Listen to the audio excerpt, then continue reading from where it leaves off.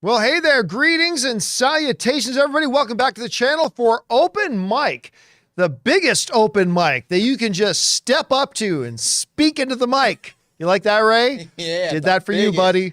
Did that for you. We're going to do is take your questions and comments, things you want to ask about and talk about, and that's what we're going to do here. If you want to get a question or a comment here on the show, there's two ways you can send them in. Number one, anytime, 24/7, you can just go to our tip link at streamelements.com/John Campea/tip, and you can send one in there. Or if you're watching live, you can send one in as the show is live using the super chat feature there in the live chat as a part of our stream. And thank you to everybody who's already sent in questions. We got a bunch to get to. Now, before we get to those, I want to talk about this a little bit. You know, Flash is obviously coming up here, and it's one of my favorite movies this year. Might be my favorite movie this year. I got to think about it more. Like right now, Air, the Ben Affleck film Air, right now is still my favorite movie of the year. But Flash is going to be competing with it. Absolutely adored it. I think it's the best comic book movie I've seen this year, at least until I see Spider-Man Across the Spider-Verse in a few days. But it's on its way. It's coming. The box office projections are interesting. I've been saying for a long time, I don't know how this movie's going to do. Like, I won't be surprised at all if this movie opens to $50 million. And I won't be surprised at all if it opens to $130 million. Like, I don't know. And we've talked about this before, but it's like there's two different ways of looking at it. On the one hand, the movie's spectacular. Like, going for it, the movie's incredible. Like, Andy Muschietti made a fantastic movie. You got Michael Keaton back as Batman again, and he's fantastic in this movie. He might steal this movie. Actually, he does. Yeah, he does. Michael Keaton steals this movie. It really could have been called Batman Flashpoint. You could have named this movie. He's terrific in it. So you've got all that going for it. On the other hand, we've talked about the fact that you've got DC is really struggling right now. The last couple of films, it seems the audience has lost any interest in the DC universe. That's why they're rebooting it come 2025. Black Adam with Dwayne "The Rock" Johnson couldn't even clear $400 million, and Shazam 2 couldn't even make $150 million. It has to be. I mean, I'll have to do the math on it, but I've got to consider that Shazam 2 may have been the biggest flop in the history of comic book movies. And that's just the place where people are at with that right now.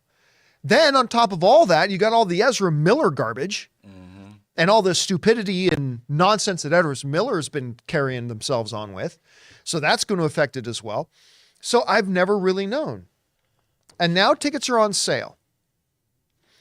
And you know, we were talking about this earlier today, that tickets are on sale, but I don't know if anybody realizes tickets are on sale. Like, they haven't done any kind of big announcement like on sale now, right? At least I haven't seen anything that said that.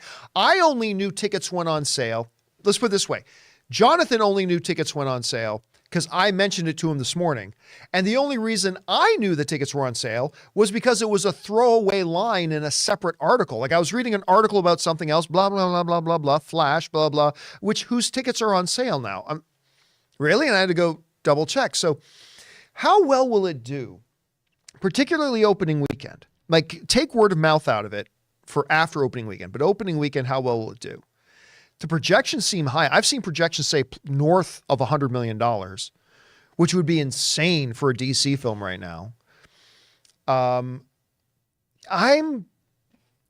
now I'm thinking about $95 million, which I think if the Flash movie hits $95 million for an opening weekend, they have got to pop bottles over at Warner Brothers. They have got to be thrilled if it does. I hear some people think it could be much higher. 105, baby. You're going to go 105. Just because you win 95. Okay. Like, whatever you would have picked, I would have picked anywhere above it. You know what I mean? I would have picked. So you're going over me because here. we have this bet, man. What is our bet? I keep forgetting. It's What lunch. is our bet? Just a lunch. A lunch. Okay. You said Guardians would make more opening weekend, and I foolishly said The Flash. So now I have to go with it because we already made the bet. Well, I mean, so Flash or Guardians about made 120, right? Or 118.5? You serious? Yeah. Yeah. It made like either like 120, 118, something like that. You better But listen, but it again, I'm not going to be shocked if it makes 50, and I will not be shocked if it beats the Guardians opening weekend. I would have thought there was no way. Let me double down on this. I said there was no way. I did not believe at all there was a possibility or a chance, given the state of DC right now, that despite the fact that I like the Flash movie even more than I like Guardians movie, I said there was no chance that it could make more money on its opening weekend than Guardians did. And that might not be true. I mean, this is why you play the game. Well, I don't know, man. I'm currently on the AMC app, and I'm looking at the Burbank 16, and I'm just doing Saturday. The IMAX, 7:20 p.m. This is Saturday opening weekend. I mean, I'd say that's a third full, maybe just over. But I'm not even sure, when did the tickets go on sale? Today. I just know so it's today they went on sale. The Prime, there's literally 6, 8, 10, 13 seats sold. Right, I mean, but remember, we're still 2 weeks away from this, that's what or 3 weeks away from this movie actually hitting I theaters. know, but we it's so far away. We have Little Mermaid coming up this weekend. We have Spider-Verse. We have Transformers. All of them are coming out. When does Transformers open? I believe it is. Hold on. I mean, this could be a situation, you're right, where there's so many other distractions in the theaters that people aren't just rushing out to get this, but if this goes on for a week or so. Transformers is June 9th. So we got 3 movies coming. Who's going to pre-order 4 movies? Like, who knows if they're going to go that many? Well, technically speaking, on AMC A-list, you can't even have 4 movies. You can have 3 movies at a time that's booked up. But here's the thing. If they sold out half of the IMAX screen in one day, well, then that means by the end of tomorrow, it'll probably be sold out. Or by the time it's close to coming out, like maybe a week before, I think the ticket sales will be a lot. I have a feeling if they're already sold out half of that IMAX theater in less than a day, when I don't even think most people even realize the tickets have gone on sale yet, I don't have much doubt that 4 or 5 days before the movie even opens, all those screenings are going to be packed. Just make more than Black Adam, please. You're such a good movie. Come on. If it doesn't make more than Black Adam, it'll break my heart, for real. I mean, that's the other thing, too. Like, a lot of people were disappointed. I personally like Black Adam, but a lot of people are disappointed with it. I personally liked Shazam, too, but a lot of people are disappointed by it. Those numbers scare me. The Shazam numbers scare me. And that lowers the chance that they may want to come back and watch it. Now, the good thing for Flash is that Guardians 3 came out. And a lot of people love Guardians 3. So hopefully for those people, they're like, you know what? The last time I went to a comic book movie, I had a great time with that they're talking raccoon movie. I had a good time. Let's go watch this one where Michael Keaton's Batman is back. I mean, maybe it increases the chances that they'll go and see it. I don't know. We'll see. You know what I find funny is that you bet on Guardians and I bet on Flash, but in the end, I end up liking Guardians a little bit more than Flash, and I like Flash a little bit more than Guardians. Yeah, it's funny how things work out. But damn, I'll tell you what. I know you guys have heard me say this in the last couple of weeks, but it feels so damn good right now because we have gone years since I've seen, forget back-to-back, three comic book movies in a row that I loved all 3. It's been a while. It feels like early summer. Yeah, and I loved Guardians. I love Flash. And it sounds like I'm going to love Spider-Man Across the Spider-Verse. That'll be 3 comic book movies in a row that we love. And it's been a beat. It's been a while since we've been able to say that, especially with so much of the trash that Disney's been put on Disney+. And they've had some wins. They've had some big wins on Disney. I love WandaVision. I love Ms. Marvel, right? But they've also put out She-Hulk and a few other things. But I mean, it is what it is. It is a good time to be a comic book movie fan, my friends. All right, listen, with that down out of the way, questions for you guys. Start your prognostications. Wow. How do you think Flash is going to do opening weekend? Like, do you think it's going to be closer to my 95 number? And I reserve the right to change my projection as we get closer to the movie. Do you think it'll be closer to Ray's 105? Do you think Ray will win our bet and it'll make 120 or more and beat the opening weekend of Guardians of the Galaxy? I would love it if it did. I don't think it will, but I hope it does. I don't know. Whatever you guys think, jump down into the comment section below and let us know your thoughts. All right, guys. With all that done, and me putting my doctor voice away. Hold on. Uh-oh. I got to ask you something. Oh, dear. Do you find every way you can to just like Stick it to Disney Plus. Listen, I just said they've got some things I love. I just said they've got some things I love. I just find it hilarious how you try to find every small way to just. What can I tell you? Adam. Look, it's no secret.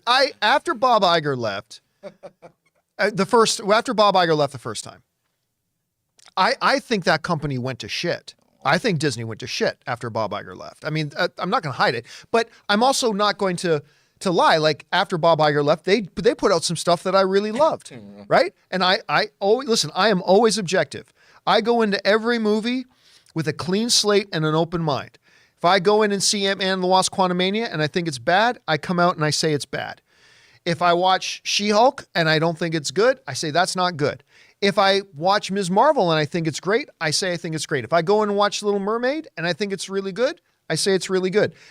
I still think this company has gone to the shitter, and hopefully with Bob Iger back, they can get back to their proper place.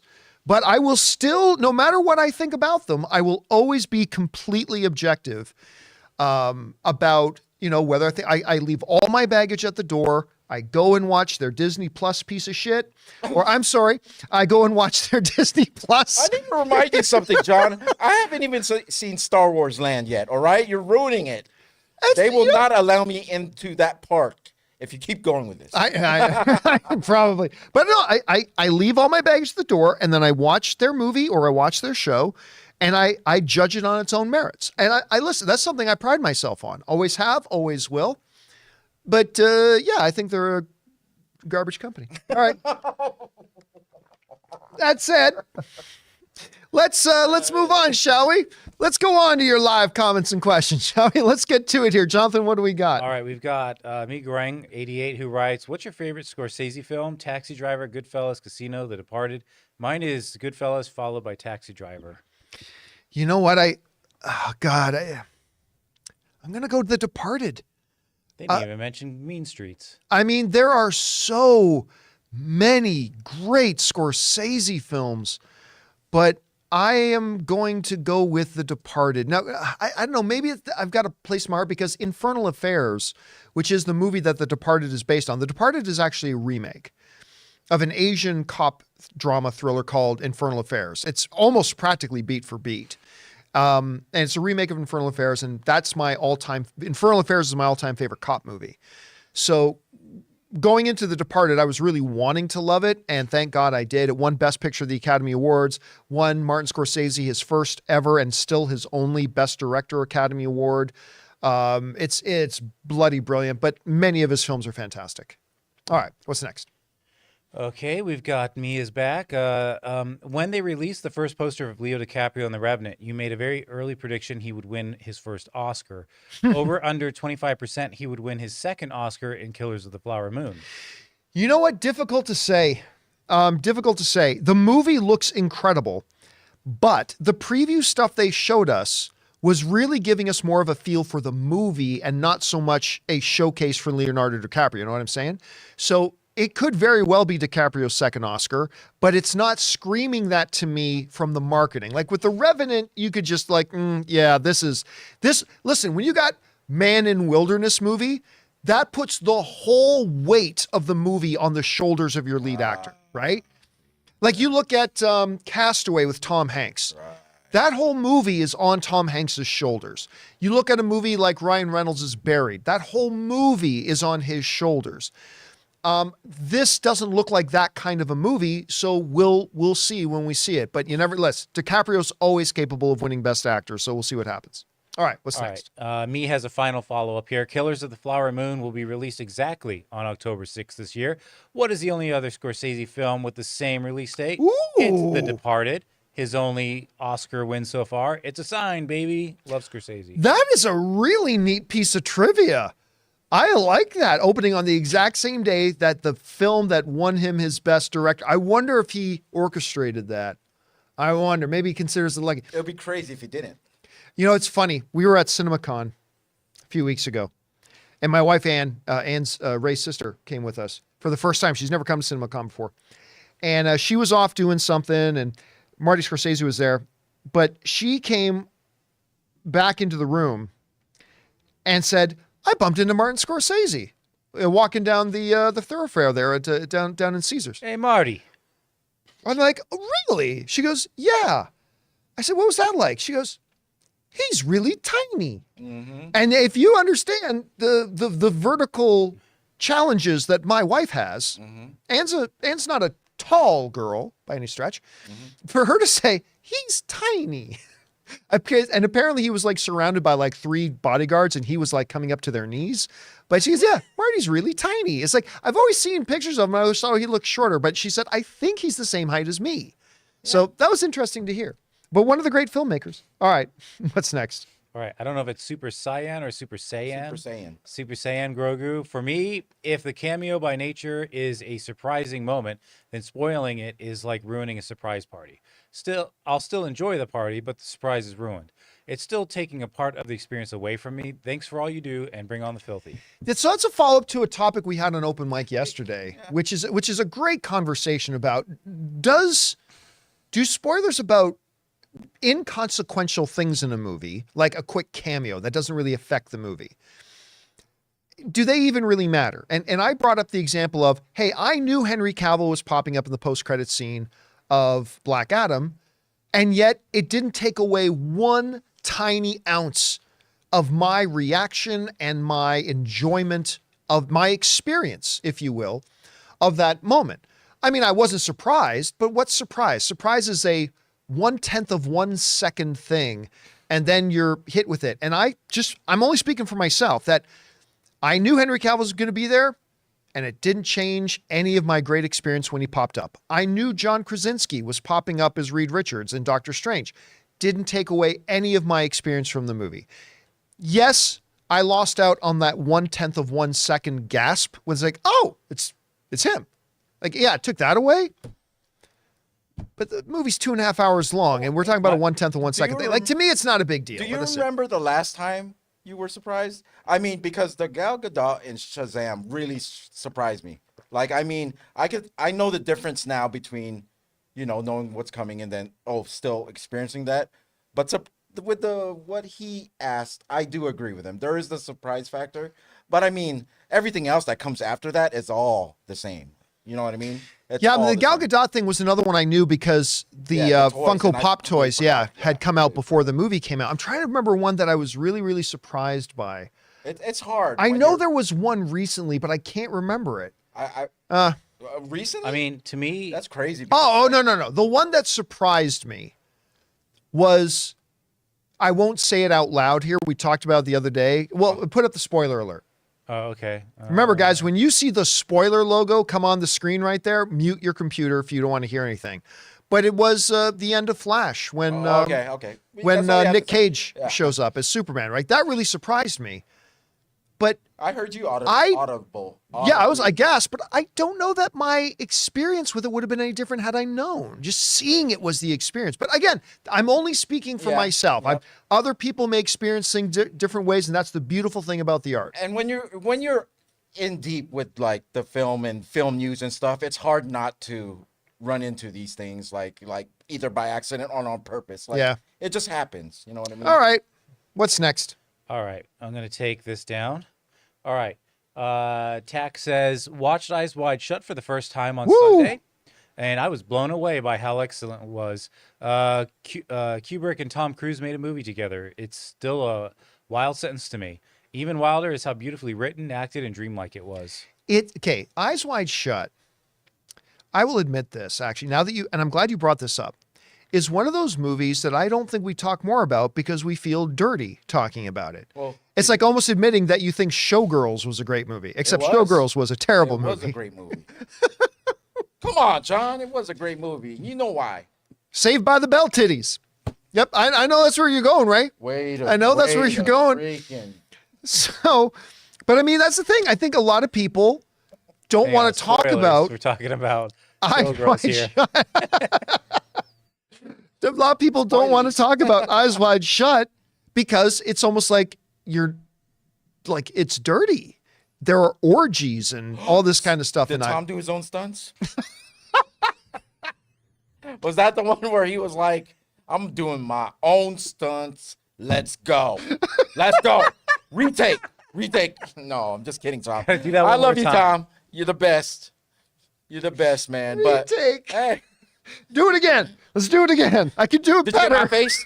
Oh, you didn't? Let's do it again. I can do it better. I can be We've better. been here Let's for do a it week, again. Tom. I'm sorry. That's the first thing I thought about when he said Tom Cruise, and I was like, I forgot he was in that. Did he do his stunts? He probably did. But you know what? Tom's the man. Take all that away. It's a good movie. It's from an artistic point of view, it's a really, really good movie. But yeah, I think just people feel like they're not supposed to talk about it because it's a dirty movie. But bring on the filthy, man. I love it. All right, what's next? All right, switching on over to supers here. Jesse has a turtle writes, would you have liked Deadpool as much if it was the same exact character we have now, but they still had him keep the same design from X-Men Origins? Yeah, I don't care. Like, listen, Oh, like the burnt head? The penis head? or are you talking about the end of the X-Men end of Origins X-Men when his Origins. mouth is covered Yeah, up? yeah. Well, then it's not the same character. No, it's the same character. But if it's Like, I the don't care same- about what he looks like. You cover his mouth. Now the merc with a mouth can't talk. How do you have the merc with a mouth without a mouth? I mean, it's so stupid. But I am one of these people that I have never cared about what these. Don't get me wrong. I can look at something and say that looks cool, but again, I always go back to this: Black Lightning, the CW superhero show. That was the most god awful, stupid ass looking costume in the history of comic book anything. But I loved the show. I thought the show was great.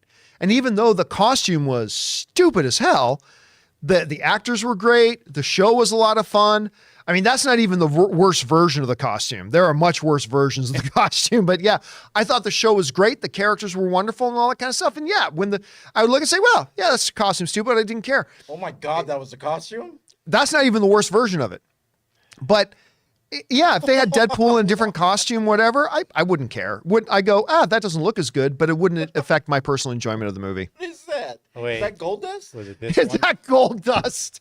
Yeah, that's getting more towards. I mean, that looks like paintball.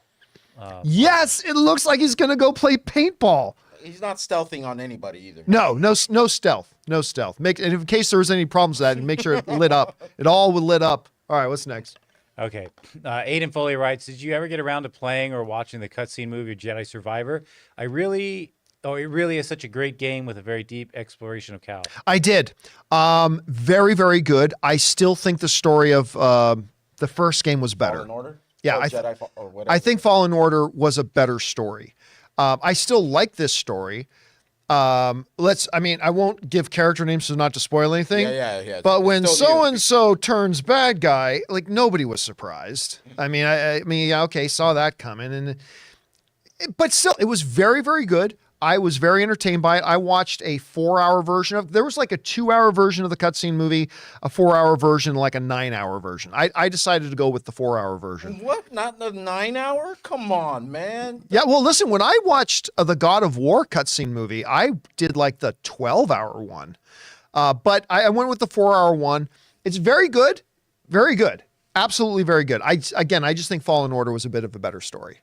All right, what's next? All right. Well, I'll preface this with Aiden. You owe us no apologies, but Aiden Foley writes, sorry for not super chatting as much. Life gets in the way sometimes. I still love watching daily. I also love the new podcast style for the show. Oh, thank you, Aiden. And I think we see you super chatting a lot, and you don't owe us any super chats whatsoever. Yeah, so man, you live your life. absolutely no apologies needed. The Live fact that your you're life. super chatting is awesome. Thank you, but you certainly don't need to do it. So no apologies needed, my friend, but I appreciate that you would even say that.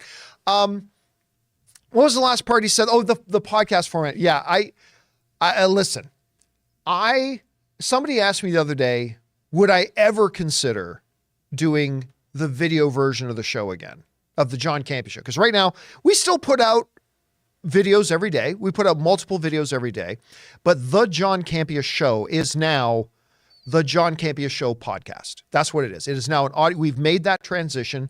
And by the way, thank you to everybody who transitioned over to subscribe. Go and subscribe to it on Spotify, Apple Podcasts, or any of your favorite podcasting apps. Just search for the John Campea Show podcast on your favorite podcasting app. We are breaking records every single day of Monday was our most downloaded podcast day ever. Then Tuesday beat it. Then Wednesday beat it. I'm guessing today is going to beat it as well. It's just been growing exponentially. Thank you to everybody who's been making that transition with us. But I've had some people like, I know whenever you do a major change like that, not everybody's going to like it, right? I understand that. And so I had somebody ask me, would I ever consider going back to making the John Campea Show, a live video show? And yeah, there are circumstances in which I would. None of those circumstances exist right now, but if, the stars align and all the circumstances are right, particularly, I would have to, somebody needs to send me $300,000 that I can hire 2 qualified executive producers in the Los Angeles area to pick up a lot of my stuff. But yes, there are circumstances that could happen in the future sometime that I would consider doing it as a video show again. But for now, it is a lot more fun for us to do it as a podcast. It makes our lives much more manageable, our work days much more manageable, and we're having really great success from at least the podcast point of view. We're having really great success with it. So thank you for your comments, Aiden. I appreciate it. All right, what's next? Curtis Lopez writes, Transformers Rise of the Beast is getting great reactions. Thoughts? You know what? I didn't even realize it wasn't until about an hour ago, because we did a story today about the early reactions that are now out for Spider-Man Spider-Man Across the Spider-Verse, and they're great. And then about an hour ago, I read one of the comments that said, how come you guys aren't talking about the early reactions to Transformers Rise of the Beast? And I'm like, well, I'm not sure, but it probably has something to do with the fact that I didn't realize the early reactions. So we're going to do a standalone video on that tomorrow. We're going to talk about the early reactions to Transformers Rise of the Beast, but they're looking good. Yeah. They're looking good. I looked up the date of the release and my IMDb page is up and the trailer just keeps playing over and over. And I'm looking at it. I'm like, this looks good. Yeah. Like some people, I read one comment said it took what was good about Bumblebee and amped it up. There we go. And Bumblebee was great. So that's what I want to hear. We're going to talk about that a little bit more on tomorrow's show. All right. What's next? Curtis Lopez writes, I enjoyed The Little Mermaid. Now with the great buzz with Spider-Verse, Transformers, The Flash, and we still got Oppenheimer, Barbie, and Mission Impossible on the way. Summer season is back, baby. I'm telling you, man, there are so many amazing movies on the way. I watched the Oppenheimer. When Ann and I went to go see Little Mermaid, they, I don't know why would you play, now that I think about it, why did you play the Oppenheimer trailer in front of Little Mermaid? Well, at any rate, they played the Oppenheimer trailer and, watching it on the big screen, I'm just like, God, this movie looks so good. And don't forget, you also got Dune 2 and the Barbie movie is looking better and better and better. There's just, I do not forget how dry the pandemic was. It was dry. I was pretty drunk most of the time. No, I'm just kidding. Whenever you also had kids at home, Yeah, nobody would blame you, Jonathan. When you look at, we were if in 1 out of every 4 months, a new episode of something is coming on TV, we were like, yeah, something. It was like that, and it has not been. Some people already take it for granted. So I've noticed a lot of my fellow film fans still take it for granted. I do not. Every time we get a great movie come out, and we've got 3 or 4 big movies coming out in the next 3 to 4 weeks, believe me, it is still not lost on me that it was not that long ago that many people, maybe some of you watching this, never thought this day would come again. There were a lot of people who were saying during the darkest days of the pandemic that the movie business is done. Yep, never going to have. I remember I had people specifically tell me, it's never going to happen again, where you get 6 great big movies coming out in 8 weeks. Never going to happen again. And I do not take for granted that it is, as a movie fan, as a lifelong movie fan, this is a glorious moment we're living in. And I'm very, very grateful for it. It is not lost on me. All right, what's next? Fangblaze71 writes, Kevin Feige revealed RDJ was almost cast as Dr. Doom in 2005 Fantastic Four. Now I want to see that in the MCU. He'd make a great Dr. Doom, in my opinion. Well, don't give him any ideas, because now that everybody is hopped up on multiverse obsession, well, we can say Robert Downey Jr. from Booth 725-6B was actually Victor Von Doom, and we can have... don't give him any ideas. By the way, I am so excited. I love Flash. Love this movie. I cannot wait for Spider-Man Across the Spider-Verse. But have you noticed that every fucking comic book franchise right now is all multiverse bullshit? Right? DC is all multiverse right now with Flash. Well, I mean, Flash really isn't a multiverse movie. It's more Back to the Future than it is Doctor Strange in the Multiverse of Madness. But you could kind of put that label on if you want. The Spider-Man animated movies are all about multiverse. The MCU right now is all about multiverse. It's just like, I am very, very excited for the multiverse stupidity to be behind us. I'm even though I'm probably going to love Across the Spider-Verse, but I'm ready for movies. I'm ready for comic book movies to not be about multiverse stuff, because DC's about it. Marvel's about it. The Spider-Man animated stuff is about it. I'm ready to. Everything Everywhere All at Once was the best multiverse movie. We don't need any more. All right. That's just my thought. All right. What's next? As Azaz writes, both gameplay for Spider-Man 2 looking amazing and Across the Spider-Verse reactions calling it phenomenal. What a time to be a Spider-Man comic fan. I was, yeah. Sorry, I didn't mean to take that from you, but I was saying that with Chris when we were like just talking about it. I was like, between Into the Spider-Verse, right? No, me, like, I'm speaking for myself. I didn't know anything about Miles Morales, so that was the first introduction. Yeah, I don't think many people did. So maybe that's might have hurt. Maybe it's box office, some of it, because people didn't know who the Spider-Man was. Then in between that and Across the Spider-Verse, they put out those two games, the Spider-Man game and the Miles Morales game, where people who wanted to know more about him played that game. They got to know more about him. And now here's Across the Spider-Verse. That's why I think it's going to do double at the box office. I think it'll hit 6. What do you think, John? I didn't mean to take that question. I don't know about 6. I was saying 450 I to say 500. 6 because if it made almost 400 the first one, I say 6 is a good number. I'm going to say this. I am less sure about opening weekend. But with the first movie having a lot of people discover it after the fact, with the first movie winning the Academy Award, and with what it sounds like, remember, there are some critics that are calling this not just the best. There were 1 or 2 critics that called in their reactions to Spider-Man Across the Spider-Verse are saying it's their favorite movie of all time now. With that word of mouth, I think this movie can easily crack 6. Yeah. When it's all said and done. I think it can easily, you know what? I'll say it can get to 8 and truly double the box office result of the first one. Okay. We'll find out. We'll see. That might be some grand dreaming there, but we'll see. They did themselves a favor by taking out the part 1 from the name. That's one good thing that they did. Oh, yes. Yeah, I'm glad they did that. All right, guys, listen, we have still more questions to get to, but before we get to those, we're going to take just a moment here and thank a couple of the sponsors of this episode of Open Mic, and then we'll be right back to keep going with the questions. Our friends at Mint Mobile and Helix.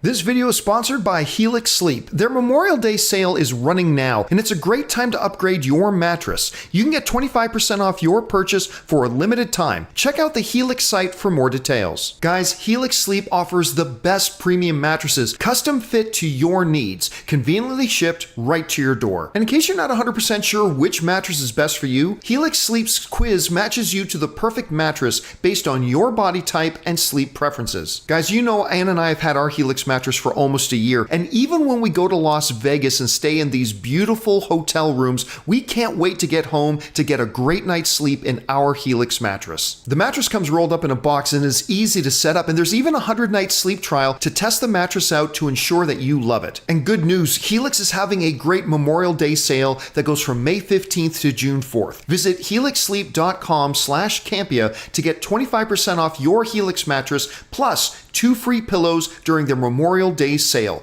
running now for a limited time.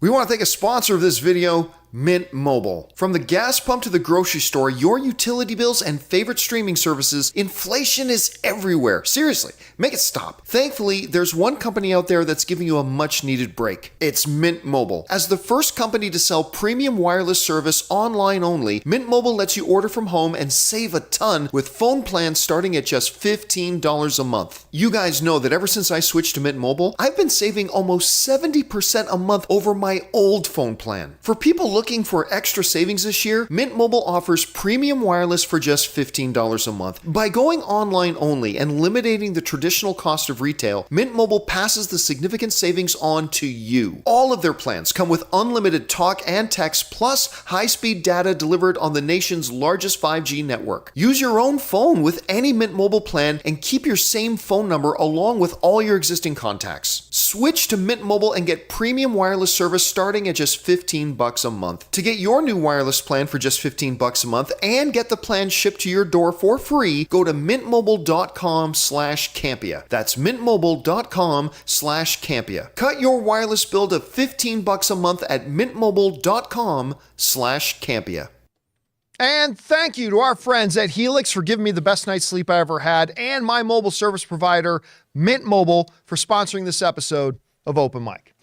All right, guys, that said, let's get back to your questions, shall we? Jonathan, what we got up next? All right, James Argenta is next. On a recent Smallville rewatch podcast, Anson Mount, who guest starred on an episode, mentioned he auditioned for Lex on Smallville. Do you think he would make a good Lex in new films? The only question is Anson Mount a good actor? That's the only question. If anybody is a good actor, they could be a very good Lex Luthor. I really like Anson Mount. Strange New Worlds. I mean, he is so good in Strange New Worlds. He's excellent as Captain Pike. But even though the show was pure garbage, the Inhumans, him as Black Bolt was really good. I mean, I liked him as Black. He did so much to emote, even though he would never speak. I'm really becoming a fan of the guy. All right, what's next? Okay, we've got Jaden Voss who writes, what are your guys' thoughts on the Pixar movie Cars 2? Do you think it's the worst of the three? I don't have a very high opinion of any of the Cars movies, to be honest with you. It's funny because, listen, Pixar became what it became because of John Lasseter. All right? John Lasseter made that company what it was. But like anything else, John Lasseter also had this real lifelong passion about cars and Route 66 and all that kind of stuff. And Cars was sort of his passion project. And I think that my personal opinion, and it's just my personal opinion, I think he allowed his own personal passion for the subject matter to get the better of his decision-making process. Because I honestly think the Cars films are the weakest of the Pixar offerings. But, I mean, that being said, I mean, a lot of kids loved Cars.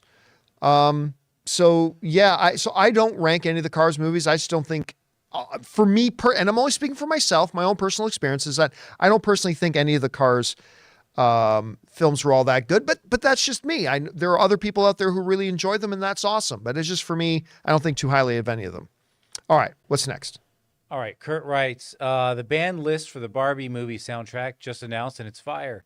Why don't more big studio movies put out OSTs or even big singles like they did on the 80s and in the 80s and 90s? Mm-hmm. Is it a cost thing? I think it's more of a director thing. It's not a studio thing. Directors are the ones telling their stories, and it might be that it just feels too much like an 80s or something. Like a movie like Barbie, that's a movie that lends itself to having a big soundtrack like that, right?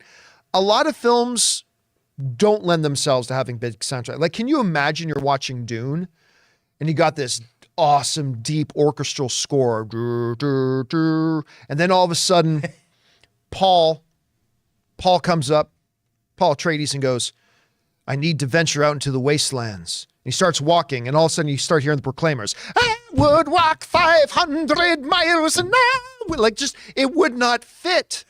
It would not fit. I actually might buy that ticket. We're in the multiverse right now. That's what. It doesn't work, right? So it depends. It's movie to movie. The last movie that I remember was big on their music, was really like releasing it, was the Batman, when he released the Riddler's theme weeks before, and then the Batman theme, and it worked because by the time we saw that movie, those themes were in my head. Right, but that's the difference, right? You have score, which is one thing. And then you have soundtrack, which are the songs, right? You know what movie? It's like Guardians has a great soundtrack. You know what movie I think did the best job I've ever seen of having both an excellent score and an excellent soundtrack? Spider-Verse. Black Panther. Oh, right. Yeah. Yeah, Yeah. yeah, it did. Black Panther. Absolutely. You had what's his name? Kendrick Lamar. Kendrick Lamar did the score, and then you have Gustafson, Oh, yeah. Ludwig Ludwig, He's the Marvel guy who he also did the score for Soldier. Mandalorian, and Winter Soldier, right? and I don't know if he did Winter Soldier or not, Oh.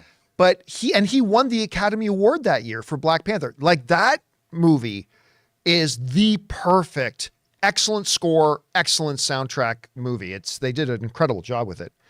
Not Gustafson. Sorry, I'm thinking of the UFC fighter, Gustafson. Goranson, Ludwig. I'm thinking of the UFC fighter. Sorry about that. Wow, he looks fairly young too. He thought is. He was an older dude. He is. Ann and I had a chance to meet him at the Hollywood Bowl one night, which was, it was the night of the Black Panther concert they did, which was really cool. All right, what's next? All right. I always struggle with this one. Levartov. John, I was shook. AMC Puente Hills is my theater, my go-to. I was actually just outside of it last night trying to get free donuts. How'd you like it? Is that okay? Okay, I'm so glad you mentioned that, because Ann and I, when we went to go see this advanced fan screening of Little Mermaid last night, and it was at a theater I've never been to, the Puente Hills Theater, which is only about 35 minutes from where I live. And it is the iconic mall. It's in the mall where they shot the exterior shots of Back to the Future. Mm-hmm. It's iconic. But as we're pulling in, I mean, this mall, it's a dead mall. That Puente Hills mall is dead. It's completely dead. But we pulled in, and like, it took us 10 minutes just to get into the parking lot. We're like, what's going on? And we looked over, and there was a Krispy Kreme. And there had to have been, no exaggeration, 1,000 people with cars lining all the way up. And we're like, what the hell is going on over there? And now you just let me know. I guess it was free donut day or something like that. Yeah, see. Now You know, how you want to know feels why to me. I don't get a box of Krispy Kreme donuts? Because you eat it all. I'll eat the whole damn Yep. fucking thing. Yep. If I have one Krispy Kreme donut, it's over. It's because you It's don't over. feel it. You don't feel it. That's why. That's why they're dangerous. It's almost like the alcohol that you can't taste in a drink. Those things are dangerous. Oh, Yeah, you either get fat or you get really drunk. what's But up, Danger? Let me give respect to Henry Jackman is the one who did Winter Soldier. I'm sorry for mixing them up. All right, what's next? All right, we've got John Redcorn who writes. Oh no, I'm sorry, Abe 10 Alpha who writes. Which do you think will win more Oscars, Dune 2 or Oppenheimer? Ooh. Ops. I would mean, go we with haven't seen either movie. I know. Ops. Okay. I'm going to say Dune 2. Yeah. The reason I'll say Dune 2 is just because I have at least some track record, because the last Dune movie won the most Oscars that year. It won 6. No other film won more Oscars than Dune did in the first year. So we'll see what happens here. Oh, Ray, you look like you've had an epiphany. You know how the other day you said Christopher Nolan, like what's his name? Denis Villeneuve. Denis Villeneuve. Villeneuve is the new Christopher Nolan Yeah. in Warner Brothers. This is their head-to-head at the Oscars. Oh, yeah. Right here. Could be. Woo, By the way, it's like fight night. I want to shout out a comment somebody put in here. Anthony Z just wrote in the live chat, this is funny. I was just printing something for my job at an internet cafe and walked by a customer chilling, watching the John Campea show in his booth. Meta. It's, it's funny. Multiverse. That was funny because one time we came out, Ann and I came out of, you might have been with us, Ray, I can't remember. We came out of a movie in the AMC Burbank 16, and there's a Cold Stone ice cream place right down the bottom. Right. And so we went down, we said, let's get an ice cream. I am fucking addicted to ice cream. That's my crack. Is Yeah, ice cream. man, I love that- ice cream. It's scary how much. I love ice cream so much. Yeah. So anyway, we go downstairs, go into Cold Stone, and we're standing in the line in Cold Stone. And Ann nudges me. We're like, what? And there's some guy standing in front of us just holding his phone like this. We're behind him. And we look, and he's watching the John Campea show on his phone, which I thought was pretty funny. Anyway, okay. What's next? Anthony's, were you looking like this? Were you like... Well, I tapped on his shoulder, and I tapped on the dude's shoulder. I said, this show's really good, huh? Anyway. All right, what's next? What if he said, I hate this guy? He's just rage watching. He's just rage watching. Was he watching this show? That'd be kind of funny. Go back and tell him he's on. All right. John Redcorn writes, I have a feeling Elemental isn't going to do well. Three of the last Pixar films were on D+. Lightyear flopped, and June is way too crowded. I hope I'm wrong, though. I just don't feel excited about it, but I'm not putting it down. They showed us what, the first, how many minutes? 15, 20? It was like 15 to 20 minutes of it. They showed us the first 15 to 20 minutes of it at CinemaCon, and it's great. It's great. Yeah, delightful. I'm very excited about watching it. I don't think they've put out a wonderful marketing campaign for it. And you're right. The last number of, other than Lightyear, they dumped some really good movies like Soul. They just dumped on there. They put Luca on. I didn't love Luca, granted, but oh my God. I mean, it's not a Pixar film. I think it's a Disney film, but Turning Red, correct me if I'm wrong, but I think it's Disney animation technically, not Pixar. But they dumped that on, or maybe it was a Pixar film. I can't remember. Either way, they dumped that on, right? So they killed any momentum the franchise has. And then they put out this Lightyear movie that, granted, the first act of Lightyear is fantastic. And then it just didn't really go anywhere after the first act. But, you know, people had no idea what that movie was. Like, so wait a minute, is this a Toy Story movie? Is it not? Like, Tim Allen articulated it very well. He said people just, what is it saying? It says Pixar Animation and Disney. No, it's Pixar Animation. For Turning Red? Yeah. See, that movie, I don't care what anybody says. I don't care what anybody says. That movie is a fucking Best Picture of the Year contender. I honestly think that movie should have been nominated for Best. I think it was so good. But, so they killed any momentum Pixar had, and then they finally put out this Lightyear thing, a movie that most audiences just like, wait, so what is this movie? What is it? And even the trailers didn't give a definitive answer to it. And it tanked. It absolutely tanked. So I don't know how people are going to respond to this one. I just don't know. In hindsight, they should have really reversed those two. Turning Red, because it was a better movie, should have been in the theater, and Lightyear should have went straight. Turning Red would have. I will guarantee you this right now. Turning Red would have been minimum $500 to $600 million movie. But that movie's fantastic. Let me talk about Elemental real quick. Sure. I already have a favorite character from the minutes we've seen. I already have a favorite character, and dude, the personalities. You have the different elements, right? Yeah. But the personalities that we were exposed to. Yeah. I hope this is good. I hope the rest is good. You know what? I have very little doubt it's going to be good. I just don't know if a lot of people are going to go to it. I hope they do, but we'll see. All right, what's next? All right, Jaden Voss writes, do you think Elemental should have been delayed to a different date, like in January, to avoid it bombing at the with the stiff competition? I don't think it would have made much difference. Listen, as we get into the summer movie months, there's a lot of box office dollars to go around. I mean, as long as you're not opening on the same week as another big movie, you know, you're in the time of year that people go to the movies. So if the movie doesn't do all that well, I'm not convinced it would have done much better in January. You know? So I don't know. We'll see. Also, if it ends up being like a really good love story, I don't know what it's about yet. Love story, maybe February would have been the date to release that, when Valentine's and all. I don't know. Do you believe in that stuff, John? Like the theme of a movie should be released during that time of, like, you know how all the Scream and scary movies, they come out near Halloween. Yeah. If Elemental becomes like more of a romantic film. I don't think it'll be seen as that. Yet. That's an adult thing. Yeah, I think it'll still be seen as like a family film. Oh, okay. It's going to be, so it'll depend. I'm not so worried about the competition it's going to face from different genres of films. If it's got kind of a little neighborhood to itself of, you know, 1 week here, 1 week there to itself of being the only big family movie out, it can do just fine. Yeah. But again, I don't think the challenge that they're facing is when the movie's coming out. I think they're facing other challenges. Yeah. All right, what's next? All right, John Hendricks Norris writes, toss the coin in the guitar case. Thanks, that was for $20. Oh, wow. That's a mighty coin. $20. Thank you so much. I thought he was making a reference to my guitar. You know what I haven't done in a long time? Haven't brought in my guitar.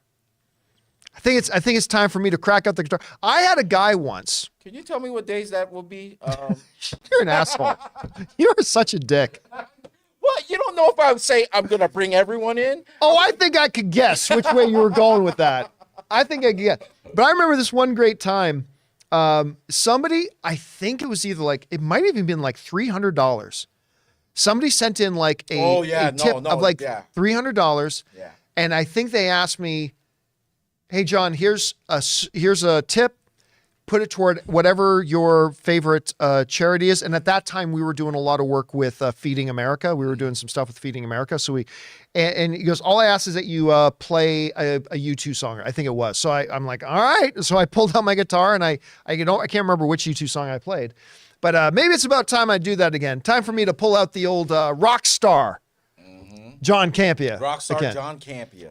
John, didn't you try to be a rock star and you failed at it miserably? Yeah, yes, I right did. now. As a matter of fact, I did. Don't you moonlight? Aren't you like you have a double life right now? What's Ron? what's Ron Swanson's? I forgot. Guys in the live chat, what's Ron Swanson's? Duke Silver. Silver. That's right. Hello, ladies. Pull up a chair and soak in a warm tub of my jazz. That's right. I got my own Duke Silver thing going on.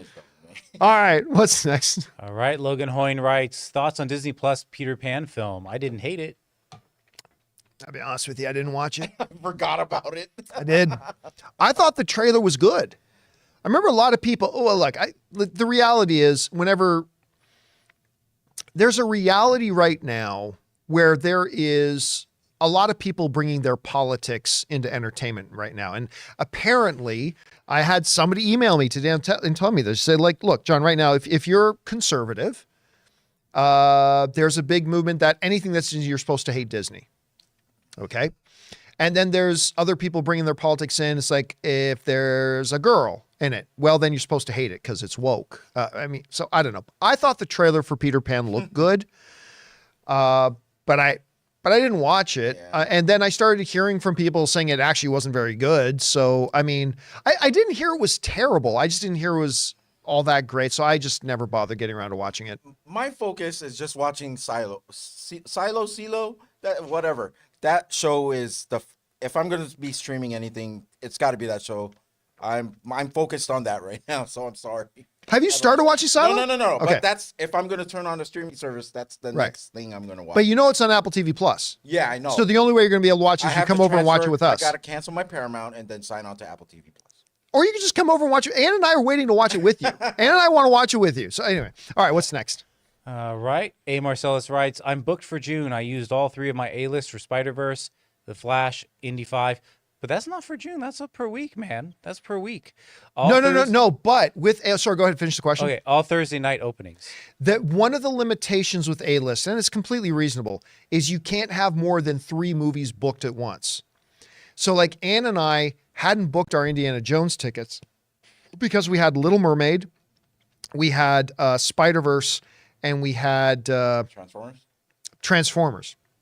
So we had to wait until after we went to go see Little Mermaid, and then we were able to fill up our third spot with the ticket there. So problem right now. Then the hack for that is to like group them a little closer. Then I guess, huh? You're not wrong. That could be part of the problem that Flash is going to face because with all these big movies coming out even before Flash comes out, a lot of AMC A-list members are like, I can't book my Flash ticket yet. I mean, you can buy the ticket if you want, but if you want to book it for free, you got to wait till you watch one of your other movies. And that made me more sad for Elemental because if all these movies that are coming out are really good, oh man, it's going to be stuck. Sorry, that's one of the 3 that we have is Elemental. I can't remember which one of the other ones we don't have. But it's going to be underneath like all the bigger titles.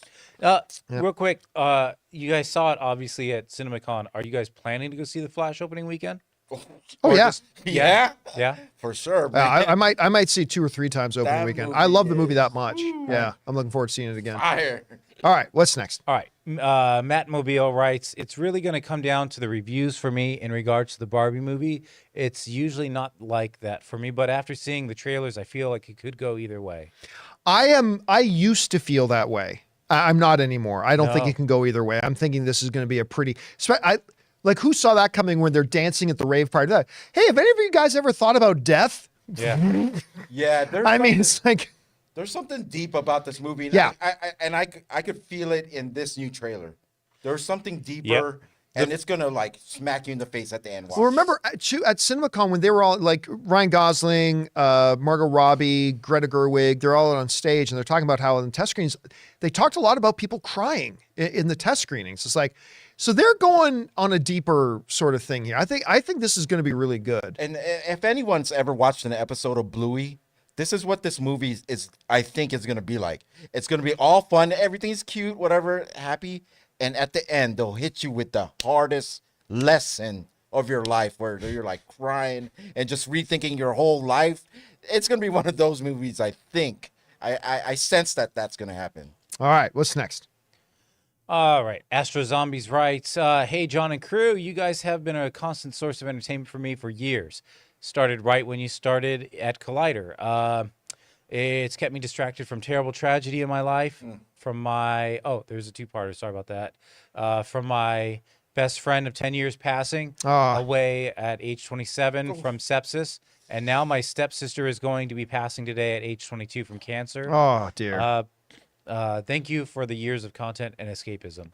You know, one of the, I say this all the time, but it's always true.